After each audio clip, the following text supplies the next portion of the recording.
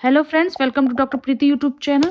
आज हम जीबीएस गुलियन बारे सिंड्रोम जो कि एक लकवा मार दे रहा है, पुणे में बहुत ज़्यादा ही फैला हुआ है। पुणे में इसका बहुत ज़्यादा कहर फैला हुआ है और एक चिंता का विषय बन गया है, जिसको जानना बहुत ज़्यादा ज़रूरी है। ये क्यों हो रहा है, कैसे हो रहा है, इससे हम कैसे बच सकते हैं।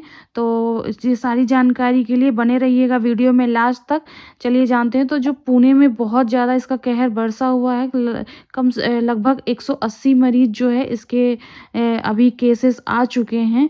जीबीएस जो है एक न्यूरोलॉजिकल डिसऑर्डर है, जिसमें नर्वस सिस्टम की जो नसें होती हैं, जो नसों में जो ऊपर एक कवरिंग होती है जिसको माइलिन शीथ बोलते हैं, तो उसमें दिक्कत आ जाती है। अब जैसे एक तार होती है, तार के ऊपर एक कवरिंग होती है प्लास्टिक की, जिसकी वजह से हमें करंट नहीं मारता।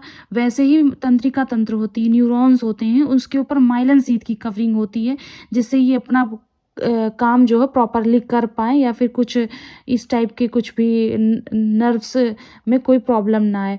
तो जो नीट के जितने स्टूडेंट होंगे, जो नीट की तैयारी कर रहे होंगे, तो उन्हें समझ में आ रहा होगा कि हाँ, ये न्यूरॉन्स क्या है, माइलिन शीथ क्या है, ये कैसे वर्क करती हैं। तो ये एक बिजली के तार की तरह होती हैं। जैसे बिजली की तार में आपने कुछ कॉपर के वायर होते हैं, उनके ऊपर प्लास्टिक लिपटी रहती है, तो वो उसी टाइप से हमारे न्यूरॉन्स होते हैं।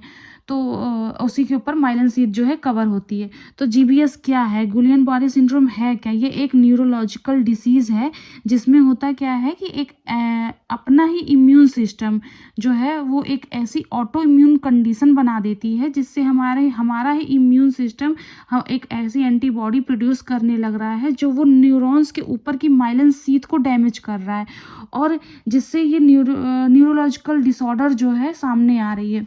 तो जीबीएस में होता क्या है, ये जीबीएस या गुलियन बॉरी सिंड्रोम में हो क्या रहा है, इसमें क्या क्या लक्षण दिखेंगे? तो इसमें एकदम से वीकनेस सी फील होगी, बुखार रहेगा, धीरे धीरे बॉडी जो है पैरालिसिस की तरफ, लकवा की तरफ बढ़ती चली जाएगी। एक ऐसी कंडीशन आ जाएगी लास्ट में कि हाथ पैर जो है वो एकदम ढीले ढाले हो जाएंगे, कुछ काम नहीं करेंगे। हो सकता हो ऐसी भी कंडीशन आ सकती है, रेयर कंडीशन, जिसमें पेशेंट को हॉस्पिटलाइज करना पड़ेगा। और ये कंडीशन 1 वीक में या 2 वीक जो है में मतलब बढ़ भी सकती है, और 1 से 2 वीक जो है इस कंडीशन को लग सकते हैं। और ये इस कंडीशन में होता क्या है, जैसे एक बार लकवा मार गया तो किसी किसी को बहुत ज़्यादा सिम्टम्स आ रहे हैं, बहुत ज़्यादा, तो उनको वो जल्दी रिकवर नहीं होंगे, वो लेट में रिकवर होंगे। और जिनको स्टार्टिंग में ही अगर उन्होंने डायग्नोज कर लिया कि हाँ, हम जीबीएस गुलियन बॉरी सिंड्रोम से पीड़ित हो चुके हैं, तो वो अगर पहले रिकवरी के लिए जाते हैं तो वो जल्दी रिकवर हो सकते हैं। ऐसा नहीं है कि मतलब ये एकदम से बॉडी ख़राब हो जाएगी, नहीं, मतलब थोड़ा बहुत डैमेज है तो वो जल्दी रिकवर पॉसिबल है। अब एक क्वेश्चन दिमाग में आता है कि ये जीबीएस गुलियन बॉरी सिंड्रोम आया कहाँ से? तो बहुत पहले मैंने सुना था, मतलब कि देखा भी कि पहले जो है, जो ये बहुत ही रेयर था, किसी किसी को दिखाई मतलब सुनाई पड़ता था कि हाँ, ये गुलियन बॉरी सिंड्रोम, ये पैरालिसिस उनको हो गया। तो अब जो है ये बहुत ही ज़्यादा केसेस इसके सामने आ रहे हैं पुणे में। ये एक बहुत पुरानी बीमारी है, कोई नई नहीं है, और ना ही ये कोरोना टाइप से, जैसे अभी कोरोना आया था उस टाइप से, ये ना चाइना से या इधर उधर से ऐसे कहीं से आई हुई बीमारी नहीं है। ये बहुत पुरानी बीमारी है, जो कि अब जो है बहुत ज़्यादा इसके केसेस देखे जा रहे हैं। तो इसको जानना बहुत ज़रूरी है, क्योंकि अभी तो सिर्फ पुणे में दिखाई दे रहे हैं, कहीं ऐसा ना हो कि वो केसेस और भी देशों में फैलने। तो क्या कारण है गुलियन बॉरी सिंड्रोम होने का, तो जानेंगे आगे। तो 4 मोस्ट कारण हैं गुलियन बॉरी सिंड्रोम होने का। तो सबसे जिसमें मोस्ट कॉमन है वो है बैक्टीरिया इन्फेक्शन, जिसका नाम है कैम्पाइलोबैक्टर जुजनी। कैम्पाइलोबैक्टीरियोसिस जो हो जाता है, तो बैक्टीरिया का नाम है कैम्पाइलोबैक्टर जुजनी। तो ये करता क्या है, ये ह्यूमन बॉडी में नॉर्मली ये तो मतलब नहीं होता है, लेकिन ये ठीक डायरेक्ट ह्यूमन बॉडी को ये अटैक भी नहीं करता है। जो कैम्पाइलोबैक्टर जुजनी है वो डायरेक्ट ह्यूमन बॉडी में कभी अटैक नहीं करता है। ये हमेशा रेयर केसेस में इन्फेक्शन इसका ह्यूमन में डायरेक्टली होता मतलब देखा गया है।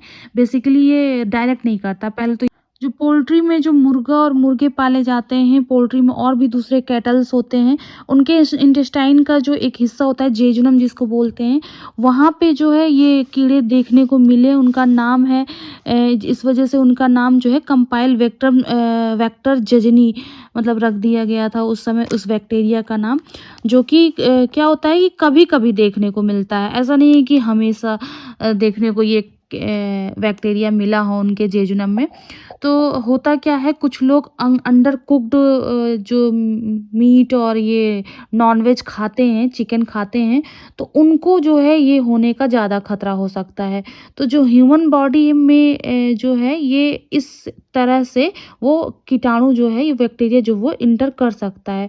तो जो भी लोग नॉनवेज खाते हैं तो प्लीज़ इंश्योर कर लीजिए अच्छे से कि आपका जो मीट है या चिकन है या जो भी नॉनवेज है, उसको अच्छे से पकाकर ही खाइए, या अच्छे से पका हुआ है ये पहले आप अच्छे तरह से इंश्योर कर लें, वरना ये जो है बैक्टीरिया ये आपके अंदर भी आ सकता है। अंडों की बात तो छोड़ें, लेकिन जो भी आप नॉनवेज ये सब यूज़ कर रहे हैं तो उसको अच्छे से इंश्योर कर लें।